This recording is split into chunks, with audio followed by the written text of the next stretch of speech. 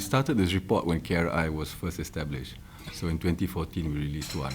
And the idea is to give a picture of Malaysia, in particular from the point of view of the household.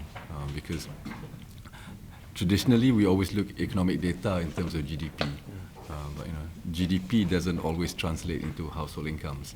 And our belief is that if you want to look at economic data which really affects people, look at household income and not GDP. So what we do is we base it on the results published by the Department of Statistics. Every 2 years, the US conducts a household income and basic amenities survey and a household expenditure survey. So the last one they did was in 2014, and the results were released end of 2015. And we also used some more, where there was more up-to-date data, for example, on inflation and employment. We also used data as of 2015. And we want to give everybody a true picture of households. There are, I know it's a thick report, there are 138 pages. So I would urge all those interested in this to actually read the whole report, because it's difficult to summarize all of that into a few sentences. But I think one thing which stands out is the rise in median income. And I think I have to say a little bit about this. There are two ways to, if you want, there are about 6.4 million households, 6.68 million households in Malaysia as of 2012. So that's a lot of households, right? 6.68 million. And if you wanted to do, so how do you find out how well 6.68 million people are doing? How do you summarize that into one or two numbers? Usually what people tend to do is look at the average. And average means you take 6.68 million houses, you add up everybody's income, and then you divide by 6.68 million. That will give you the average. That's the average. That's the average.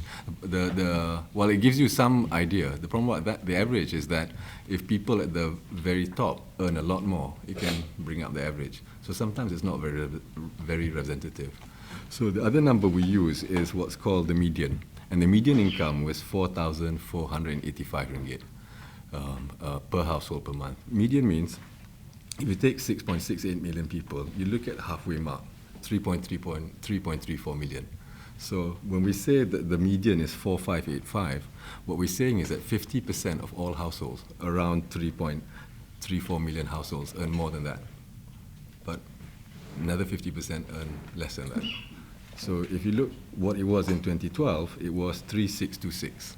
So in 2012, half earn more than 3,626, half earn less than 3,626. When you come to 2014, half earn more than 4,585 and half earn less than 4,585. And that tells you that people are, on the whole, I mean, obviously for each particular household, some do better, some do worse, some do very much better. But on the whole, if half are making more than 4,585, whereas 2 years ago, half were only making more than 3,626, something must be, incomes must have increased. And then again, if you look, for example, at the people who earn less than 2,000 ringgit, in 2012, 22.6% earn less than 2,000 ringgit. In 2014, only 11% earn less than 2,000 ringgit. And again, if you look at, take another cutoff, 6,000 ringgit a month. In 2012, only a quarter, around 25.9% of households earn more than 600 ringgit. By the time you get to 2014, 1/3, or maybe 35% of households earn. So this is it's what we're saying is that if you look at it in that way, then you must think that household income's gone up. Yeah. But one perhaps misunderstanding is household income does not mean salaries, because household income is the income of the household from all the income earners in the household. So it could be the father's income, mother's income, maybe if the son or daughter is working, their income, that all goes together. So it's not just one person's income, it's the income of the entire household. And what we don't understand at the moment is whether how the composition of the household is. Maybe in some households more people are working. Maybe before, when the son used to live in a different house, now he's moved back to live in with the parents, and so the income of the household goes up. Maybe before the wife was not working, now the wife is working. We don't, as yet, we're trying to do more work on this, but we don't exactly know why it is household income's gone up. But we do know that it has happened because, you understand, every 5 years, Department of Statistics does a census where it interviews everybody, all 6.6 million households.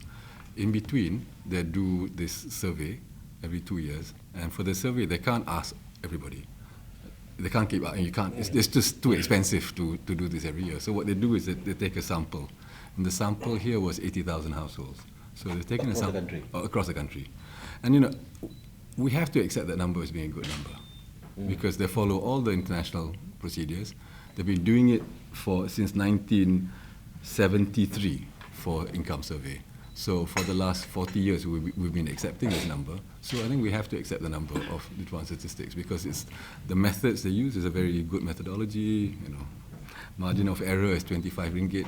So I mean, we have to accept this number. So it tells us that this is how it is. But we don't know why. Okay, we don't know.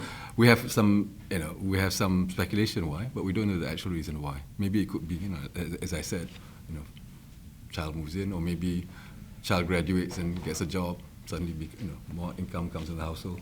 But what is true is that if before 50% earn less than 3,600 in 2012, in 2014, 50% earn more than 4,500. And it used to be, if you're a graduate, you get more, and it's still true. Nah? If you're a graduate, you get a lot more than somebody who doesn't have an education. But 33% of our unemployed are graduates. And we don't know why they're unemployed. Is it because they don't like the job? Is it because the employer's not offering? We don't know. I mean, there can be many reasons. Maybe you'd rather stay at home. I don't know.